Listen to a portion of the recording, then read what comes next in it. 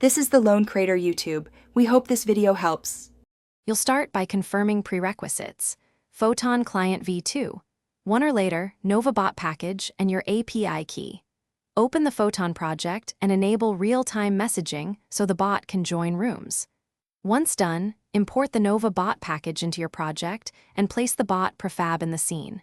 Make sure to paste the API key into the bot config file and set the correct region and point. This first setup gets communication and authentication ready, so the bot can connect and act immediately. Now configure NovaBot's behavior. Open the config and set intents, permissions, and your command prefix so it responds correctly. Attach the provided behavior scripts, state machine for modes, event handlers for messages and user joins, and rate limiting to avoid throttling. Once configured, build and run the bot in a local Photon room to observe actions.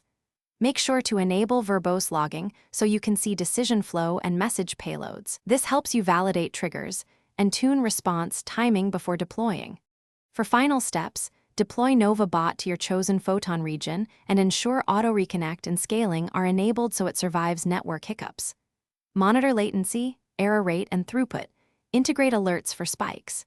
Make sure persistent storage or state sync is configured so the bot recovers session data.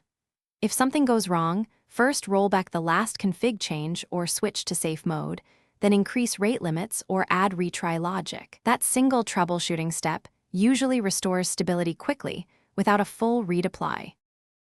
Thanks for watching. Consider subscribing if we helped you.